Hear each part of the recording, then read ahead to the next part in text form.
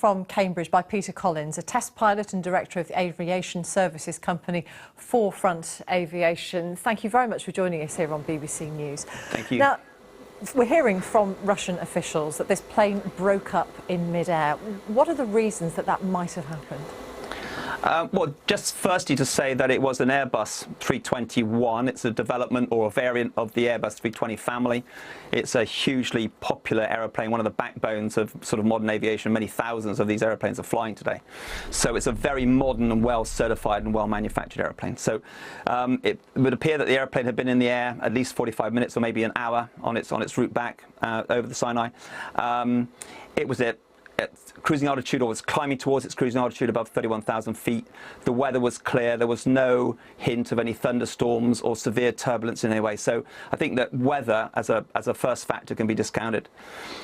Secondly, at 31,000 feet, almost certainly it cannot be brought down by what's called a man-pad, a man-portable air defense system, a rocket from the ground. And although I believe Al-Qaeda is active in that region, they would not be able to field a mechanized long-range surface-to-air missile without the Egyptian authorities knowing about it. So I don't think those three factors come into it. Crucially, the aeroplane is an Airbus 321. It's the longest aeroplane of the 320 family. So what could have caused a breakup in calm air at high altitude? Firstly, did that aeroplane, and I believe it's 17 years old, did it in any way suffer an accident, either a landing accident or a takeoff accident, whereby it hit the rear end of the aeroplane? That would necessitate a major repair and possibly introduce a weakness into the structure.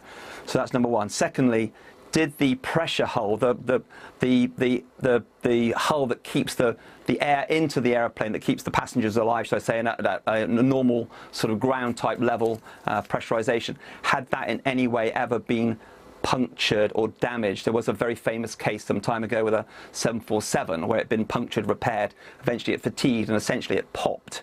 It destroyed a lot of the control lines. The airplane flew around for quite a long time, but eventually they couldn't control it and it hit a mountain. And the last thing is, could a bomb have been placed on board? It would have had that effect. However, the wreckage pattern, although it's over 20 square kilometers, imagine that's only just over 4 kilometers square, 2 miles by either side. So it's not a huge area. So it would appear that the aeroplane did not break up in the air and continue forward like the Pan Am Lockerbie disaster, where it was over many, many miles. So it would appear that the airplane broke up and then essentially sort of fluttered down to the ground. It would be extremely interesting to know where the tail section is compared to the main section of the fuselage, and whether or not something severed the tail off, because once the tail comes off, obviously the airplane becomes uncontrollable, but the wreckage tends to fall in one area, and by looking at it, it didn't appear to be a direct nose-in type impact. It appeared to go in fairly flat. Now, Russia's grounded all Airbus 321s in the fleet, we understand. How necessary is that as a measure? I think the first thing is look at the company itself and see what its maintenance procedures were. As I said, the history of that aeroplane. Airbus themselves will be extremely interested or concerned that no bad name goes against its airframe. And as I said, many thousands of these aeroplanes at the highest technology fly today. So grounding the aeroplane in Russia, I think, might be bolting the door after the horse is bolted, shall I say. I don't think the fault lies with the aeroplane.